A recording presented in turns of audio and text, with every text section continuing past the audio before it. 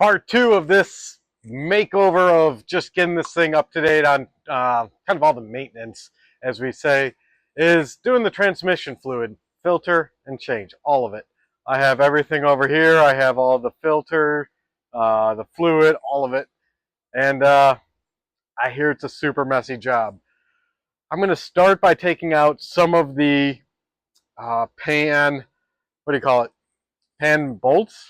They're 8mm. I'm just going to start loosening them up, see if they start dripping. I have a couple pans set up because I don't know how it's going to come out. There is no drain plug on this.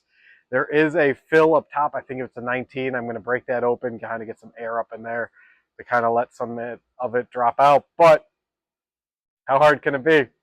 Probably pretty messy. Let's get started. I'm going to work on trying to crack this open up here. It's over here.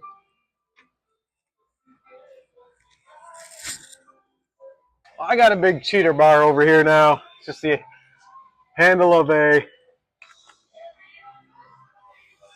jack. Wow, I'm afraid I'm going to strip this. There it is. Wow. I feel like that was on way tighter than it ever should have been. This is the dipstick of our transmission. How you're supposed to check this without burning yourself over the cats and everything is beyond me, but this is it right here.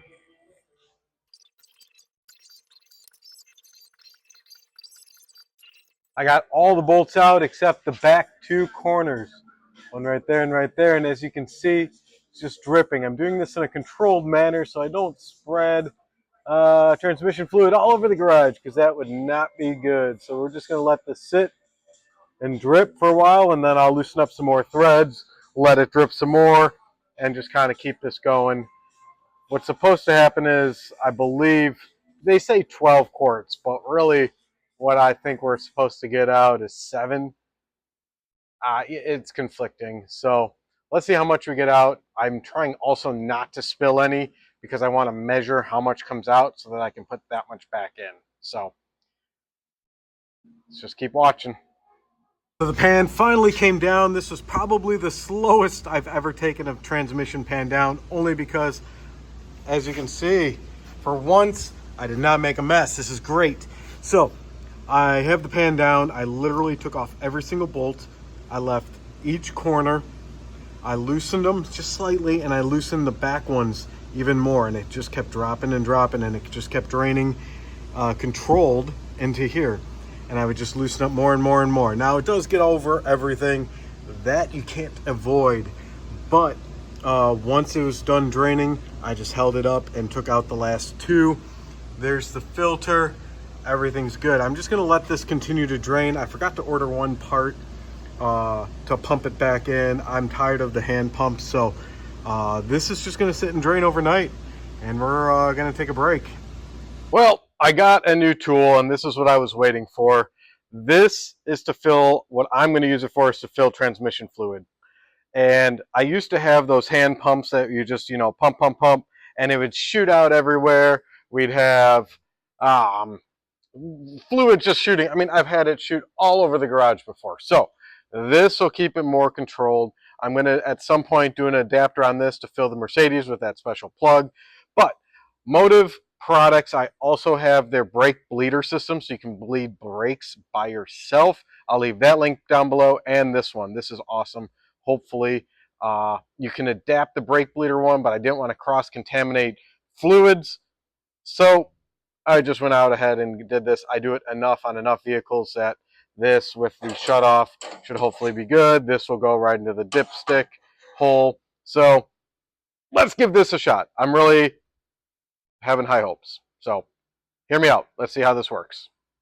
So my microphone broke, but the first order of business is to clean up this magnet here. So we're just gonna clean this up. It looks pretty gunky, but you know what? That's what it's made for. So just gonna clean this bad boy up before we put everything back in. Now, I'm gonna do something a little different because I've read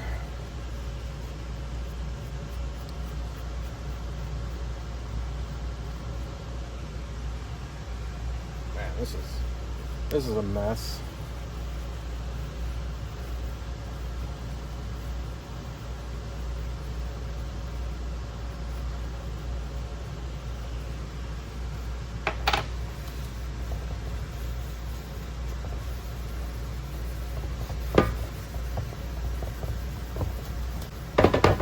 All right, we're looking good. Plop that back on. Now, before I put this back up, I bought liquid moly ATF additive, and I'll leave the link down below, but I have the transmission squawk, as they call it.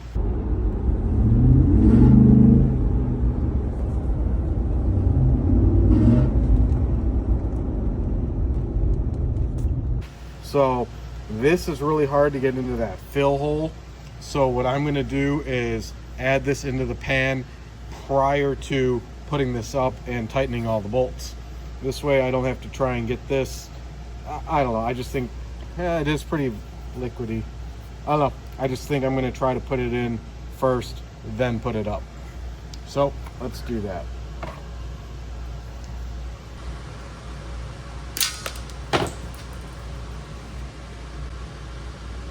May regret doing this, we'll see. I should have maybe mixed this with the new oil. I think Ford makes one of these. I couldn't find it anymore, but there is supposed to be the, I think it's a 6R80 or whatever transmission we got. It's also known for the Squawk. They have this additive to try to stop that squawk, but I couldn't get it. I love liquid moly. I use everything. Well, as you can see here, I have liquid moly stuff back here. I use it mostly on the Mercedes, but if it's good enough for that, it's good enough for this. Let's put this pan back up and torque them up. Doing 98 inch-pounds. Let's see how this works.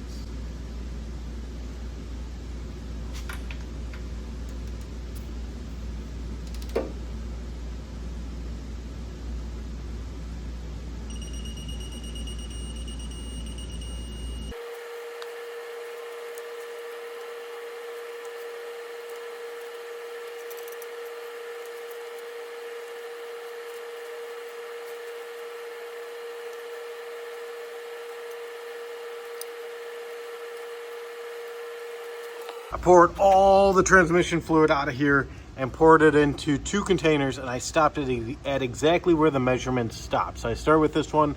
We're at 4 quarts, and this one we're at 1, 2, 3 right here. So we have 4 plus 3 is 7. I know, awesome math, go me. So I'm gonna put in 7 quarts. I believe I bought 2, 4, 6, 8. I bought 8 just in case I didn't want to ever be short. So here's the dipstick thing, and we're gonna put in 7 since that's what I took out. We're gonna warm it up, drive it around the block real nice and slow, take a measurement by scalding our hands and burning everything, because if you remember, the dipstick goes right here, and guess what this is? The headers, the exhaust, the cats. Crazy hot. I don't know how we're supposed to undo everything without burning the back of our hands. I don't know, we'll get there. So let's start filling it up. I just filled this whole thing up with the Mercon LV, and now we're gonna pump this up. This fit perfectly into that fill hole, so let's go check it out.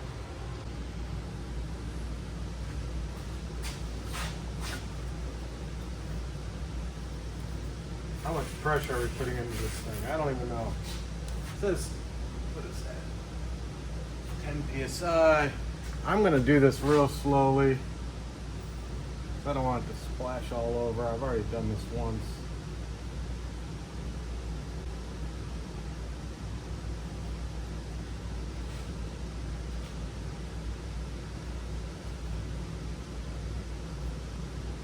Where it spilled everywhere. I have to tell you, this is a lot easier than those little hand pumps. As I'm pumping this up, I'm keeping my hand up here on the shutoff valve because I know I put 7 plus that ATF additive already into here. Not quite 7 came out. I really didn't spill anything for a change. So I'm ready to shut this off when we start seeing it overflow from this dipstick. Now I think once I warm it up and some gets into the torque converter, I may need to top it off, but I'm sitting here ready to shut this off when I feel it's time. And just like that, it is full. As you can see, I spilled some as it overflowed real quick. I shut it off real fast, and I still got quite a bit left.